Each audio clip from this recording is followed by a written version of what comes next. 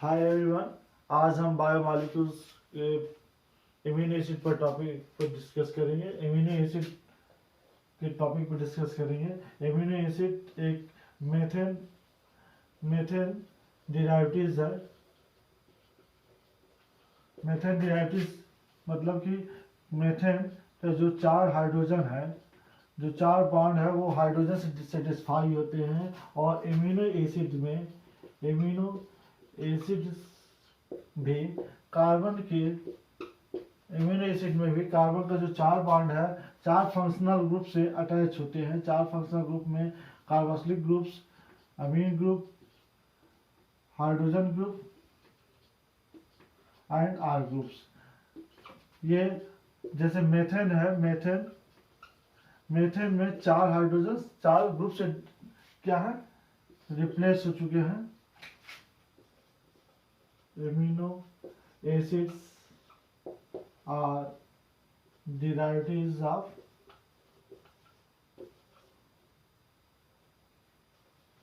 methane।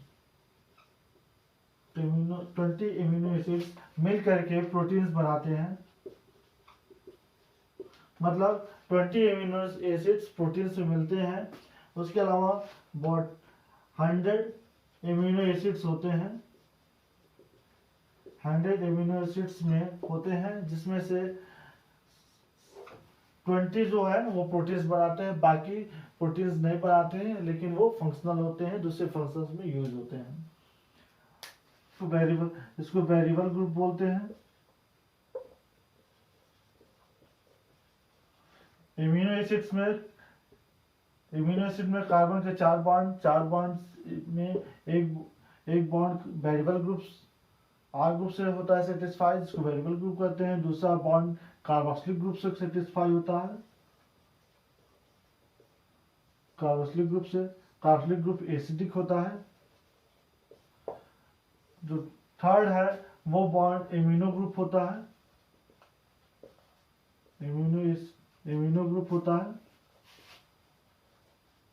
Amino group basic होता है। और जो फोर्थ बॉन्ड है वो मेथेन होता है। एक एमिनो एसिड दूसरे एमिनो एसिड से उसके आर ग्रुप की वजह से बस डिफर होता है। 20 एमिनो एसिड्स हैं या 100 एमिनो एसिड्स, जो 20 एमिनो एसिड्स वो डिफरेंट इसलिए होते हैं क्योंकि सभी का आर ग्रुप अलग होता है, इसलिए वो डिफरेंट एमिनो एसिड्स होते हैं। Name of amino acids. Glycine की स्ट्रक्चर्स में कार्बन का जो 4 बॉन्ड है उसमें R, COH, NH2 and H। जो R होता है ग्लाइसिन में हाइड्रोजन से सेटिस्फाई होता है, ये ग्लाइसिन के स्ट्रक्चर्स हो गया। दूसरा एलानिन में carbon, NH2, COH, H and CH3। जो आर ग्रुप है इसमें मेथेन होता है। इसी तरह से सेरीन NH2,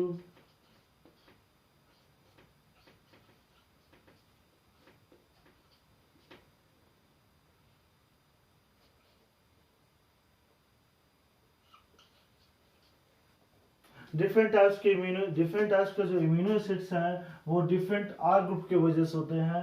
जैसे ग्लाइसिन में आर ग्रुप हाइड्रोजन है, एलानिन में मेथेन है, सेरीन में CH2OH है। इस तरीके से डिफरेंट इम्यूनो एसिड्स के नेम है। एलिफेटिक इम्यूनो एसिड्स जिसके आर ग्रुप एलिफेटिक है वो glycine, alanine, valine, leucine, isoleucine होते हैं। Hydroxy aliphatic amino acids serine, threonine. Basic amino acids lysine, arginine, histidine होते हैं। Acidic glutamic acid, aspartic acids. Sulphur containing cysteine और methionine है। Amide side chain immuno acids glutamine और asparagine है। किसी भी इम्यूनो एसिड्स में नंबर ऑफ कार्बोक्सिल ग्रुप और नंबर ऑफ एमाइड ग्रुप ये डिसाइड करता है कि वो इम्यूनो एसिड बेसिक है या एसिडिक है या न्यूट्रल है। तो इस तरीके से 3 टाइप्स के इम्यूनो एसिड्स होते हैं, एसिडिक, बेसिक और न्यूट्रल।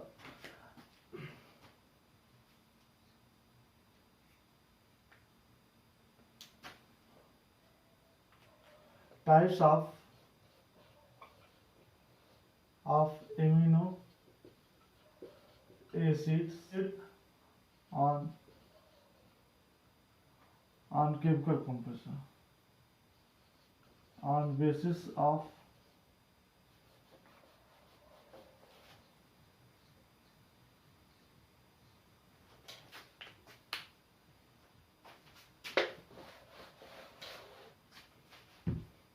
तो कोई अमीनो एसिड्स 3 टाइप्स के होते हैं, एसिडिक अमीनो एसिड, बेसिक या न्यूट्रल हो सकते हैं। ये डिपेंड करता है उनके नंबर ऑफ कार्बोक्सिलिक ग्रुप और नंबर ऑफ इम्यूनो ग्रुप पर। एसिडिक इम्यूनो एसिड्स, अगर कोई इम्यूनो एसिड एसिडिक है तो उसमें नंबर ऑफ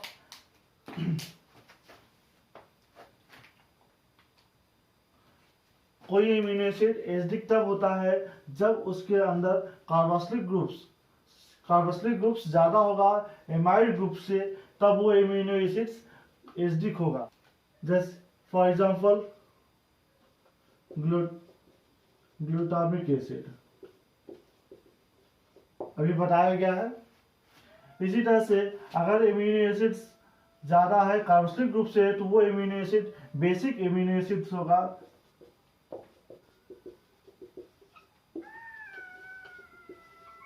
एंड न्यूट्रल, अगर कार्बोक्सिलिक ग्रुप्स इम्यूनो ग्रुप से बराबर होगा तो वो इम्यूनो एसिड न्यूट्रल हो जाएगा। For example glycine and leucine, for example glycine and leucine. इस तरीके से एसिडिक, बेसिक और न्यूट्रल इम्यूनो एसिड्स हो गया। On the basis of requirement, there are 2 types of amino acids, essential and non-essentials. On the basis of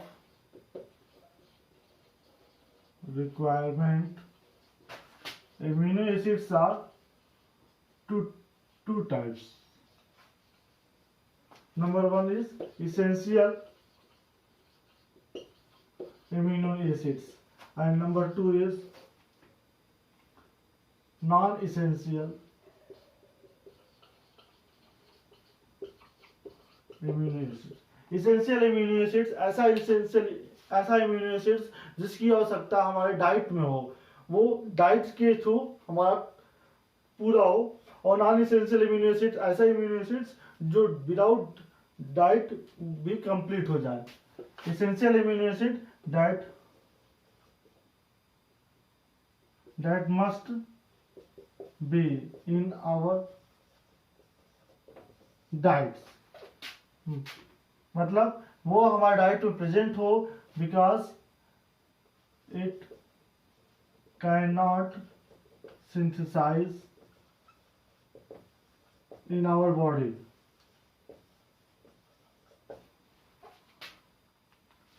for example tryptophan,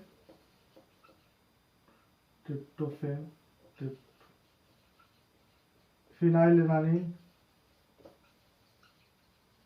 methionine, and non-essential amino acid just its opposites. The types of amino acids that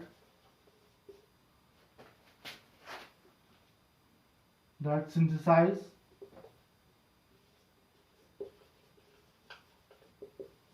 in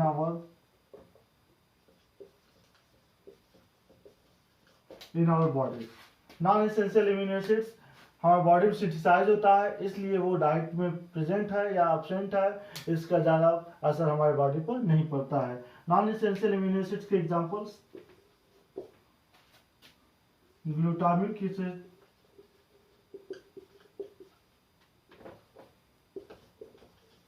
aspartic acid, ये non essential immuno acids के examples हैं। इसके अलावा भी एक third type का भी amino acids देखा गया है जिसको बोलते हैं semi essential amino acids. Semi essential amino acids ऐसे अमीनो एसिड्स जो बॉडी में कुछ टाइम के लिए हमारे सिंथेसिस नहीं होता है, ऐसे अमीनो एसिड्स को बोलते हैं semi essential amino acid.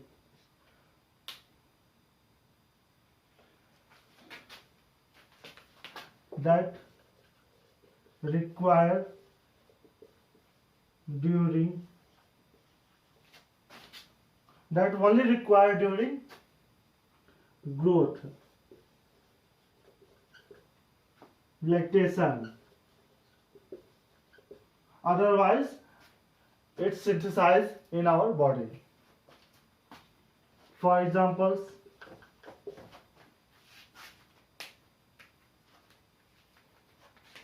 histidine and arginine.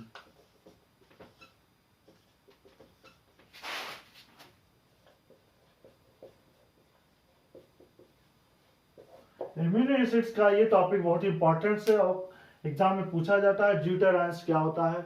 Zwitter ions मतलब डाइपोल आयंस। एमिनो एसिड्स में दोनों आयंस एक ही मॉलिक्यूल्स में प्रेजेंट होते हैं, इसीलिए उसको बोलते हैं ज्यूटर आयंस। एमिनो एसिड का स्ट्रक्चर आपको पता है कि कार्बोक्सिलिक ग्रुप होता है, एमीन ग्रुप होता है और इसमें हाइड्रोजन और आर ग्रुप होता है।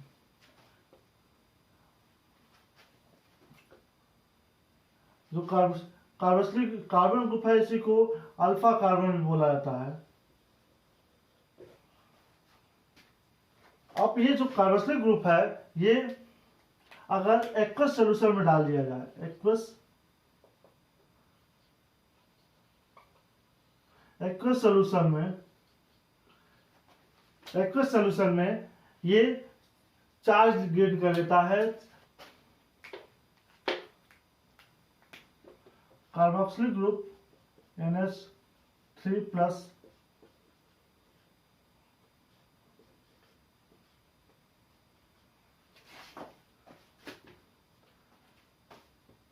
एमिनो एसिड्स इसमें जिस पर कोई चार्ज नहीं है, जैसे एक्वस सोल्यूशन में डालते हैं तो NH2 NH3+ में हो जाता है। ऐसा इसलिए होता है कि इसका एक प्रोटॉन, कार्बोक्सिलिक का जो 1 प्रोटॉन है, 1 प्रोटॉन शिफ्ट हो जाता है एमीन ग्रुप पर और वो NH3+ बना देता है।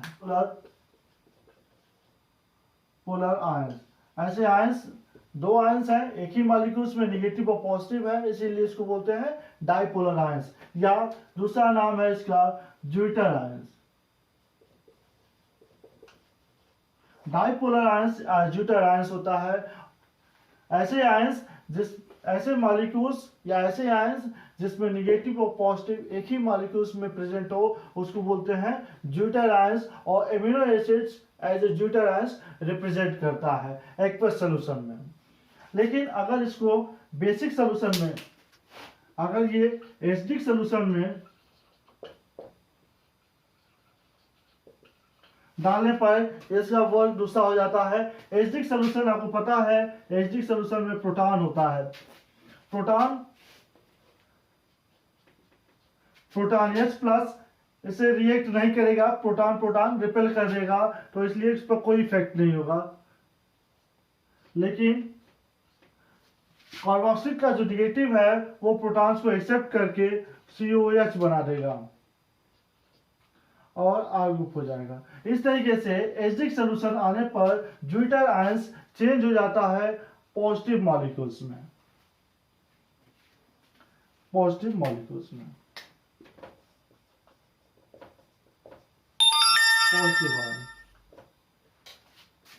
और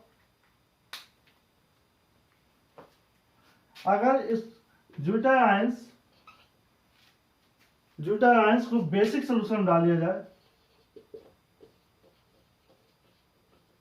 बेसिक सॉल्यूशन में आपको पता है बेसिक सॉल्यूशन में हाइड्रोक्सिल आयंस की एक्सेस अमाउंट होता है, तो ये एक्सेस अमाउंट हाइड्रोक्सिल होने की वजह से ये OH माइनस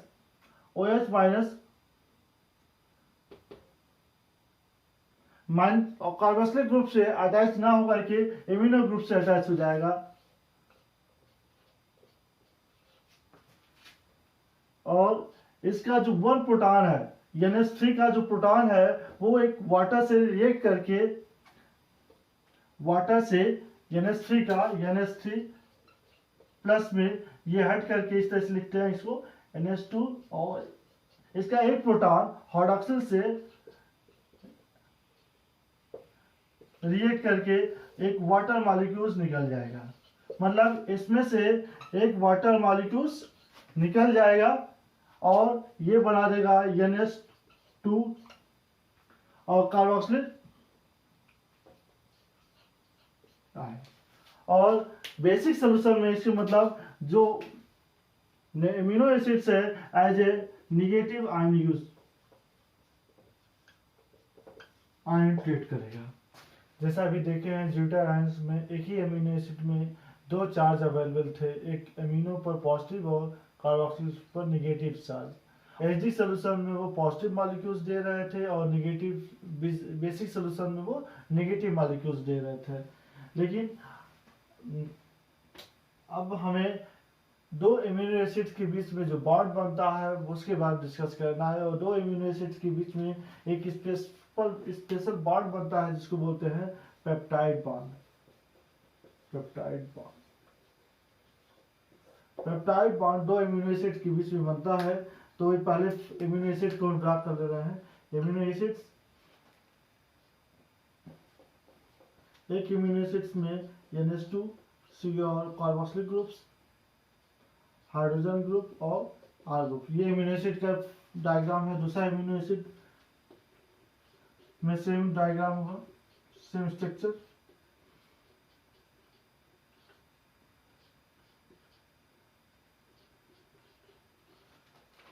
एक एमिनो एसिड दूसरे एमिनो एसिड से R ग्रुप में डिफरेंस होता है, बाकी सब सिमिलर है। इसी तरह से थर्ड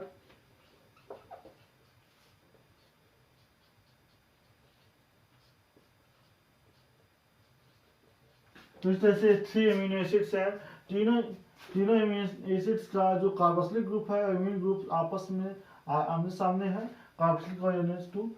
इस एमिनो ग्रुप्स में का जो कार्बोक्सिलिक का हाइड्रोक्सिल है और नाइट्रोजन एमिनो ग्रुप का जो हाइड्रोजन है, इसको हम इस तरह से लिख सकते हैं NH। इस तरह से लिख सकते हैं NH। अब एमिनो एसिड्स का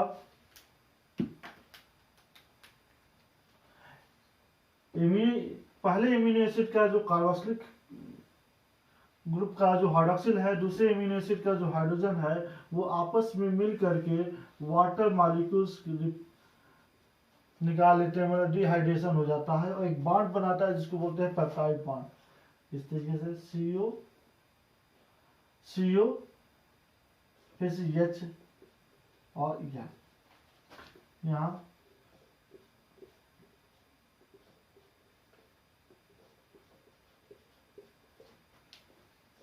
NH2।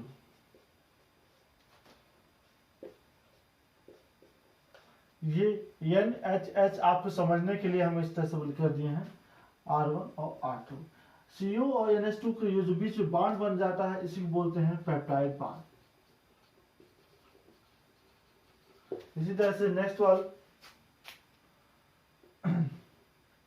HH, इसमें OH और H बाइंड कर देंगे और वाटर निकल जाएगा और जो ग्रुप जो बॉन्ड बनेगा वो COHNN बनेगा। इसका CO और दूसरे का HNN, जो बॉन्ड बना ये पेप्टाइड बॉन्ड बना है।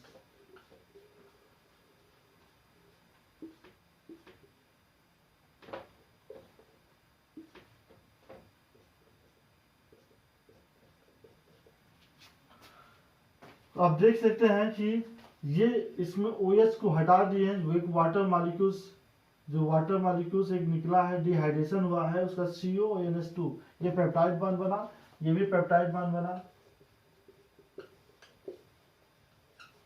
इस तरीके से 3 अमीनो एसिड्स के बीच में 2 पेप्टाइड बॉन्ड बना है और पहले इस तीनों अमीनो एसिड्स में एक तरफ एमीन ग्रुप्स और दूसरी तरफ कार्बोक्सिलिक ग्रुप सबका है। तो जिधर एन ग्रुप अमीनो ग्रुप होता है उसको बोलते हैं एन टर्मिनल इन बोलते हैं,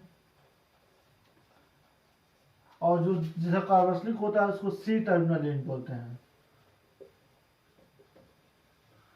पेप्टाइड बॉन्ड एमिनो एसिड के बीच में बनता है। एमिनो एसिड्स का जो अल्फा कार्बन से अटैच कार्बोक्सिलिक ग्रुप्स और अल्फा कार्बन की से अटैच एमिनो ग्रुप के बीच में बनता है। इसको तो कह सकते हैं कि बहुत सारे एमिनो एसिड्स आपस में मिल करके पेप्टाइड बॉन्ड बनाते हैं। 2 एमिनो एसिड, इसको ये एमिनो एसिड्स मिल करके आपस में पेप्टाइड बॉन्ड बनाते हैं।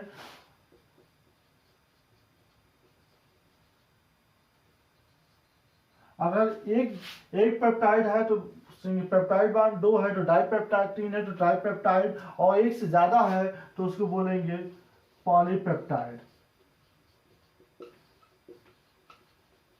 और पेप्टाइड बॉन्ड में एक टर्मिनल सी एंड होता है और दूसरा टर्मिनल एन एंड होता है। एक एंड एन टर्मिनल एंड होता है और दूसरा सी टर्मिनल एंड होता है।